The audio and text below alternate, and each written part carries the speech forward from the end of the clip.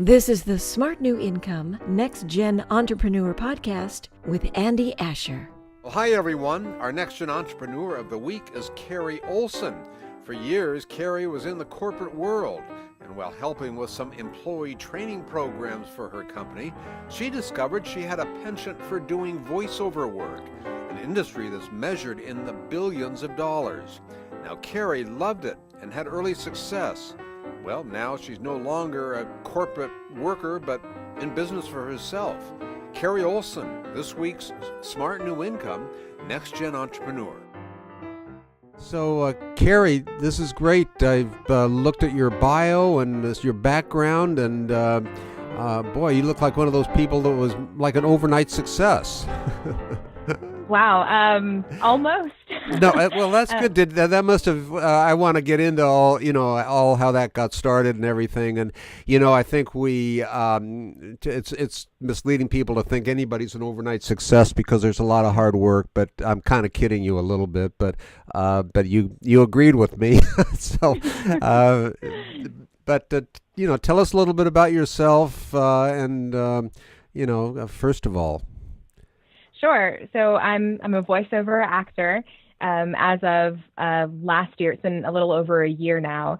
And before that, the reason I say almost an overnight success, I only learned what voiceover was about 4 to 5 months before I was able to quit my job to go full time in voiceover. So as far as my journey from learning about it to going full time, that was a short amount of time, but there was a lot of prep that went before that. There were things I was doing in my careers before I got into voiceover that were contributing to my success, my fairly quick success in voiceover. So I was doing things like hosting podcasts like you are now. Uh-huh. And I worked in e-learning, so I narrated courses that I wrote and hosted webinars. So I was doing a lot of things with my voice before I got into voiceover.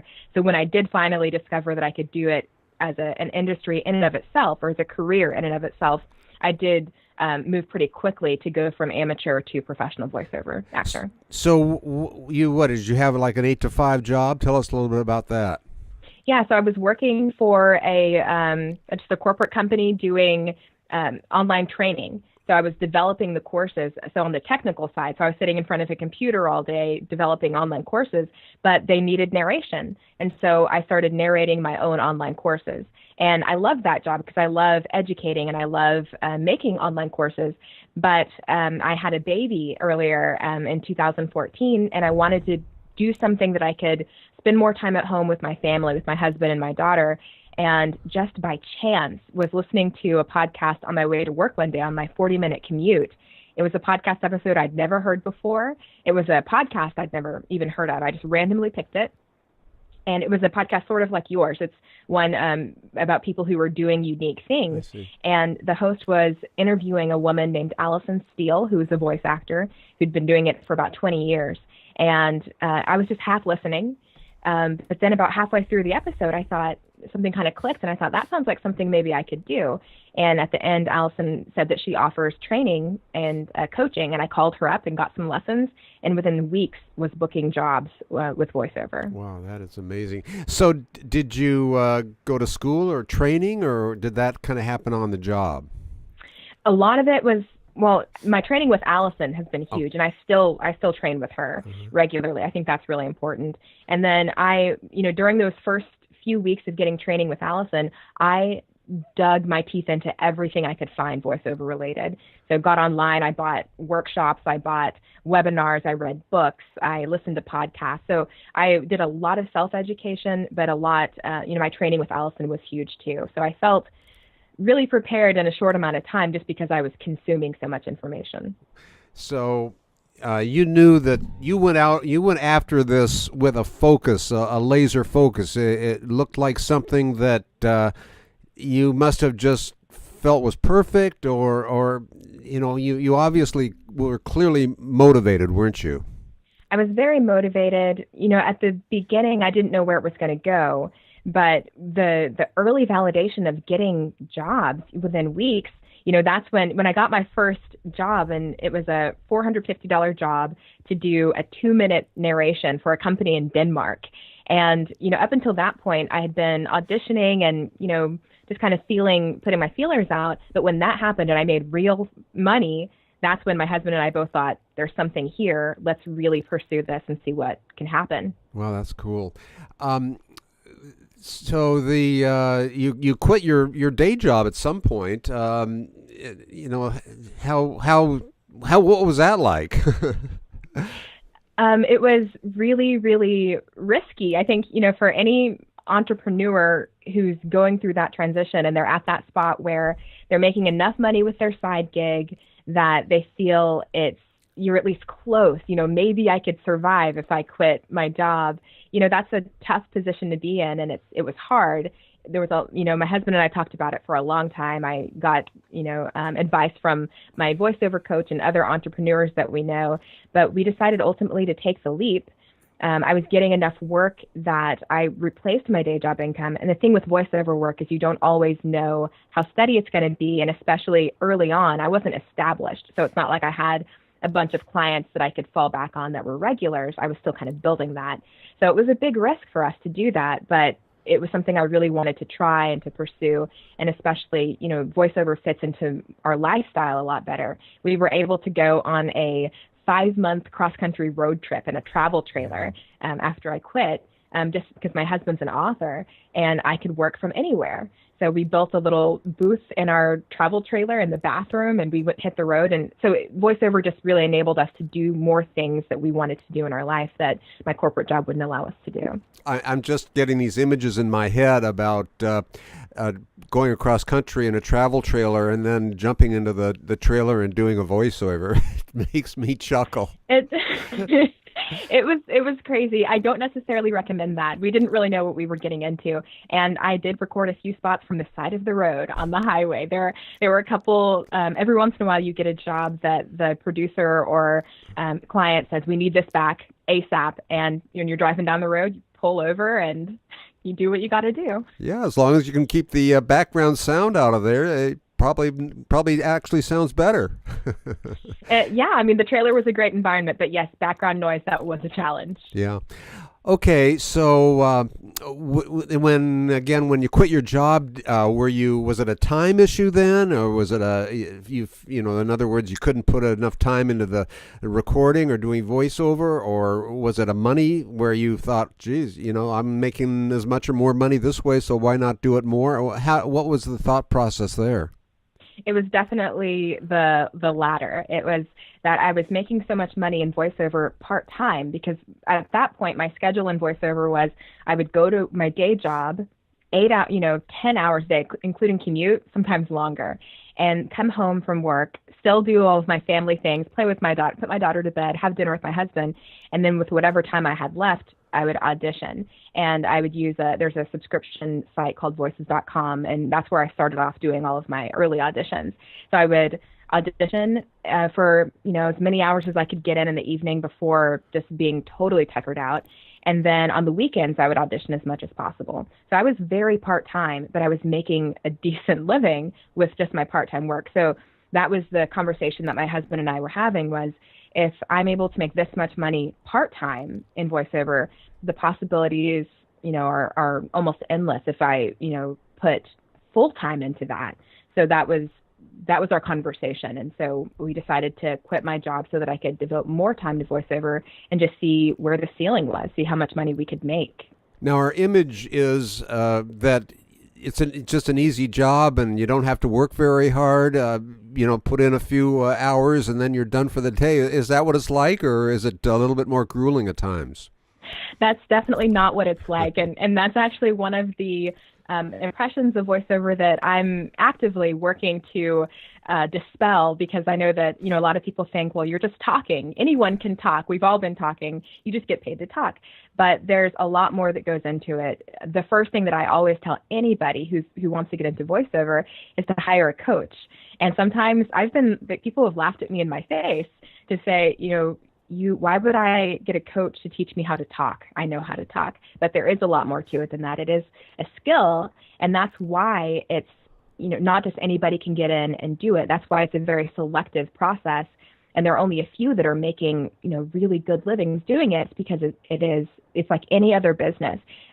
You to be a mechanic, to be a welder, to be a doctor, to be a teacher, you go through training, and not just anyone can jump in and do that. And it's the same kind of thing with voiceover. There are all types of different techniques and skills and things that you need to have in your arsenal and be able to do, not to mention the business side of it and client relations and being able to handle yourself under pressure and dealing with the competitive nature of the profession. Yeah, and before I forget, Carrie, how old are you?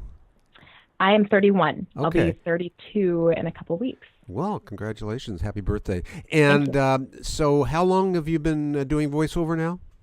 I've been doing it full time for a little over a year. So November of 2014 was when I quit my job to do it full time. So this is now January of 2016. So a little over a full year of full time. Now, do you have a theatrical background or anything that would have given you an indication that this would be something you'd be doing? I do not have a theatrical background. It's something that the acting piece of it is something that I guess I always had in me that I didn't know because I really just took to it. So the voice work, like I mentioned, I've done a lot of that with my podcasting and narrating courses and hosting webinars. And the acting part, with my training from Allison and other, I've started taking improv classes and things like that. That's really helped, but I really love it. I enjoy the acting part of it. So that something you've developed that you really like. And what does a coach tell you to do? In other words, I saw a little bit in your bio that I think in your first hour or something you made all kinds of progress. What does a coach do to that makes a difference? So one of the things that a lot of people have a tendency to do when you get behind a microphone is they start to project. And they start reading things like they're reading things. And so one of the biggest jobs of a coach is to get you to relax and to one of the biggest buzzwords that you'll hear in the voiceover industry is conversational. Everyone wants a conversational read. And if you listen to the radio and TV, you don't get a lot of booming announcery voices anymore. It's like you and I are chatting right now. Right. And the ironic thing about voiceover is that as natural as it is for you and I to be chatting right now, most people have a real hard time getting to this conversational place if they're told to. So we can all do it naturally, but it's actually really hard to do on demand. And so coaches will give you all kinds of different techniques. They'll listen to your tone and try to find where you fit into the industry, because not everyone, there are different, it's like television rules. There are people who are going to be more of a protagonist type, someone who's going to be the best friend, someone who's going to be the chatty mom.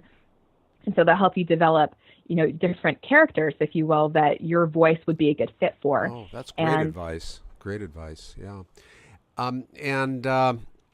So the coach helped you with that, and when you are learning how to be a voice actor, now I'm going to define voice actor as maybe somebody who's acting different than yourself, maybe for cartoon or animation.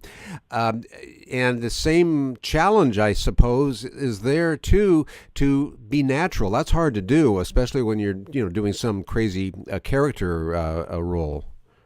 Right, and that's true for, on-camera actors and for voice actors. And I think everyone has their own process. Some people, there's the whole method acting method where you really try and immerse yourself and, you're coming from a really real place. And there are people who kind of think of it more as putting on a character. So there are all different types of techniques and different things that work for you. I don't think that there's one right way. I think that if you are able to get to that spot where you're communicating with your audience and you're conveying the emotion and feelings that is being called for in your script, whatever method you need to do to get there, you can experiment. You can definitely get coaching and take the advice of others who have more experience, but really find what works best for you to get to that place. So you eventually hit it after working maybe consistently, was it a couple of months?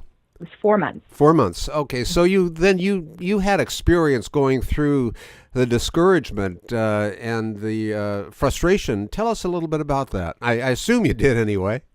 Yes, it's a competitive industry, and especially the way that I got started. I mentioned the subscription site voices.com, and there are others out there. There's one called voice123.com. Those are kind of the two big ones, and they are sites that allow you to pay a monthly or annual subscription fee to get auditions emailed to your inbox that match your voice profile, and you can get tens of these auditions per day, and so if you're full-time and this is the route you choose to go, which is actually what I did early on, you can spend all day getting these auditions into your inbox and auditioning for everything that fits you. And depending on your skill level and just what comes in that day, you could, you might not book anything that day. You might book one or two, but there's definitely going to be more that you're not booking than you are. And I've heard a ratio between, when you're first starting out, you might have to do between 70 and 100 auditions on average before you get your first job. So for most people, there is a whole lot of, you might call it rejection, or it seems on the outside like rejection. But the way that I've come to really think about it is that the auditioning is the job. So if you can think of it with that kind of mindset, the auditioning is the job. And when you book a job, that's kind of just the gravy on top. That's just or the cherry on top, rather. So if you can get into that mindset, then it makes it less difficult to deal with quote unquote rejection. I actually teach now a class for beginning voice actors. And what I tell them is to not, when you audition, do your job, do your best, and then let it go. Don't obsess over each audition and, am I going to get that call back? Am I going to get that like? Do your best and know that you've done what you came there to do, and then let it go. Sure. And it's hard to get there sometimes, but if you're going to be doing this type of work, I think that's something you have to be comfortable with. So where do you want to go with this? Or maybe you don't have to worry about that. Do you have a goal? Do you have something you want to achieve? Absolutely. So I was fortunate enough to sign on with several pretty big agencies really early on in my career. Obviously, it's still early in my career. But so what agencies allow you to do is they can send you, get you access to bigger, better auditions. So more national TV and radio commercials are going to be at your disposal if you are at, a decent sized agency. So my goals are to book more of that type of work, but also just to keep growing my business organically. Of course, there's auditioning, there are subscription sites, there are agencies. These are all different ways you can get auditions. But one of the best ways that I found for me is just to do my own marketing, to depend on myself more. And coming from sort of an entrepreneurial background, my husband is self-employed and has owned his own business for years. That came really naturally to me. So, well, give us a hint on how someone would do that. So one of the best ways, first of all, I would say step one, make sure that you are set up to be in this outreach stage. You don't want to be trying to market yourself if you don't have a microphone yet, or if you don't have training yet. So those would be the first steps. But if you do want to, if you've got those things down and you feel you're competitive in the industry, one thing you can do is make a list of all of your ideal clients, people that you would just love to work with. And a lot of times you can get those by, just seeing what's out there, or if you've been getting booked for a certain type of work, think, well, what's next? What would be the next, step for me along those lines? Make a list of those clients and then contact them. You can cold call, you can email, follow them on social media, but it's all about relationships, reaching out and offering your service as a solution to those people. And just follow up with them. It's as with any other industry, market yourself, have a web presence, have an online, social media presence, and try to be as many places as possible so that you can be in front of these people that you want to work with. That's great advice. One of the early bits of advice I had, I've been in this space, a digital space now since 2009. Is to be everywhere, and there's some limits to that, but I think at least attempting to, it really makes a difference, and it sounds like that's what you've adopted to some degree. Absolutely. Yeah. Now, So you're going to be a voice actor, and that's what you want to be. And it's interesting. You can do that for all your life. You just protect your voice and make sure you take care of it, and it's pretty exciting, isn't it? It is. It's been amazing for me because again, it's not. I don't have an background or a background in acting. I didn't know this was coming my way. It was really kind of random the way that I got into it. So my life is very different from it was just a year and a half ago. So it is really exciting work. I feel really fortunate to be in it, to have had early success in it, and I love it. It's such a fun industry. So I definitely still encourage people to do it, even though I will caution against, it's not just talking like we've talked about before, but it is a lot of fun. And if you feel that it's something that is in your wheelhouse and you want to express yourself creatively this way, I think it's a great industry. In anything we do, we have to be determined, and we have to be motivated. But at the same token, especially in the creative fields, you look at yourself and you look at others, and there's a quality of insecurity, you might say. So I suppose I'm asking you, was there some magic that you felt you had, or not? Am I looking at that wrong? That's an interesting question.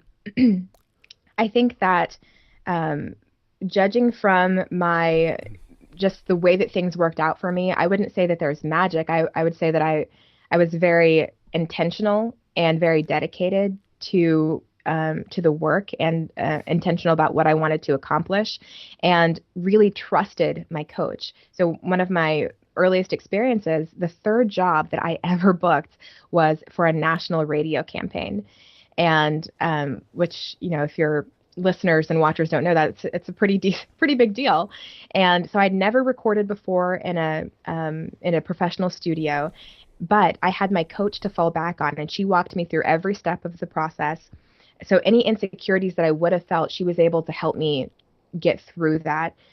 So again, I don't think that it's magic. I think that it's having a good support system and trusting the people around you, and then also trusting yourself, because when I got into the studio, it would have been easier for me to say, okay, I'm brand new here. I've never done this before. And that wouldn't really put my client's mind at ease any. So I went into it with the attitude of, even though I've never done this before at this level, I'm going to conduct myself as if I've been doing this for years, and as if, I'm the professional that they are expecting. I'm going to solve their problem and trust my training. And even though it hadn't been much at that point, but it was enough to get the job done, trust in my natural abilities, and just do what they asked me to do, and not take anything personally. Because a lot of times those studio sessions, you're behind a glass wall and you can see other people chatting and you don't know what they're saying.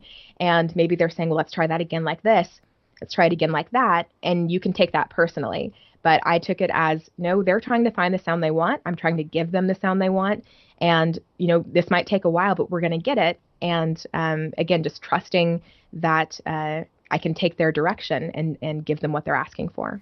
And what, do you think that the average person can make a year on something like this? I mean, we know the Hollywood announcers who've been around forever, I'm sure make a tremendous amount of money. But what kind of money do you look at? Wow. So there's a study that came out, and I believe it was maybe the New York Times, that said that voice acting is there's such a broad range of voice actors. First of all, there are people who there's a site called Fiverr. There are people that just get on there and kind of dabble as hobbyists, and they'll do any job for $5. And then there are people who make millions doing movie trailers. So it's really hard to give any type of average. But this particular article showed that voiceover was the third highest paying, or maybe it was the second highest paying freelance job, and on average, I think they were saying $72 an hour is what the average voice actor makes. So that's averaging the people who make millions with the people who make, $5 a year. Coincidentally, today I'm going to a gaming conference, and a lot of it has to do with audio. Where do you think the big market is right now for voiceover? Let's see, there's, well, gaming is huge right now, for sure. Explainer videos are really big. So those are the little, usually animated, sometimes whiteboard, sometimes just animated, like 2 minute, 1 to 2 minute internet videos that kind of showcase a product or service, and they're kind of story based. So a lot of companies are going that way. Um, Animation is still huge, but it's harder to get like an animated series unless you're in New York or LA. Um, what else is big?